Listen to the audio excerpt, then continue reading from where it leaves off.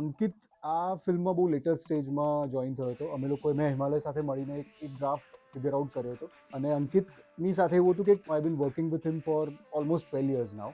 So we have very inherent rapport. He knows what I like, he knows my writing process. એટલે એ process overall ખાસો smooth હતો. જ્યારે મને પહેલી વાર વન લાઇન કીધી આની છે ત્યારે મને વન લાઇન સૌથી વધારે ગમી કે આ need of N આવર kind of a film છે અને વેરી રિલેવન્ટ સ્ટોરી જે આજના સમયમાં કહેવાવી જોઈએ.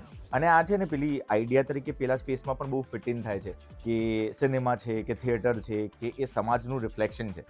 તો અત્યારે જે હોરર્સ આપણે જોઈ રહ્યા છે ઇન ડિજિટલ વર્લ્ડ એની બહુ ડિરેક્ટ અને સીધી વાત કરે છે આઈડિયા. તો that was the most interesting and exciting part about the one line. But Ankit માટે ટાઈમલાઈન હતી કારણ કે પ્રી પ્રોડક્શન ચાલુ થઈ ગયું હતું, શૂટની ડેટ નક્કી હતી અને આઈ થિંક સો અંકિત પાસે 1 month to 45 days હતા જેમાં એને શૂટ રેડી ડ્રાફ્ટ તૈયાર કરવાનો હતો અને કેરેક્ટર્સ ડેવલપ કરવાના હતા, એક્ટર્સ સાથે નેરેશન પણ કન્ટિન્યુ કરવાના હતા કારણ કે સ્ક્રિપ્ટ આખી ચેન્જ થઈ ગઈ હતી. જે ઇનિશિયલ સ્ક્રિપ્ટ હતી જેના પર બધા actors, the technicians, the producers બધા જે ઓનબોર્ડ જે સ્ક્રિપ્ટ ઉપર આવ્યા હતા એ સ્ક્રિપ્ટથી કમ્પ્લીટલી અલગ એક ડ્રાફ્ટ તરફ આપણે જઈ રહ્યા હતા. એટલે પ્રી પ્રોડક્શન પ્રોસેસમાં આખી script 30 days to 45 days we completely redrafted the script. એકદમ પ્લોટ ડ્રીવન વાર્તા કહેવી કે આખું પ્લોટથી ડ્રાઈવ થાય છે અને પછી ઇમોશન એમાં એડ કરવા. That was quite a new process. મેં તમને ફોન નહોતો કર્યો, જે પણ હતું મેં ફોન નહોતો કર્યો. સૌથી મોટી ચેલેન્જ મારા માટે ટાઈમ જ હતી. એટલે 15 પેજીસ 20 પેજીસ અ ડેની એવરેજથી લખ્યું છે વિથ ઓલ ધ ડ્રાફ્ટ્સ.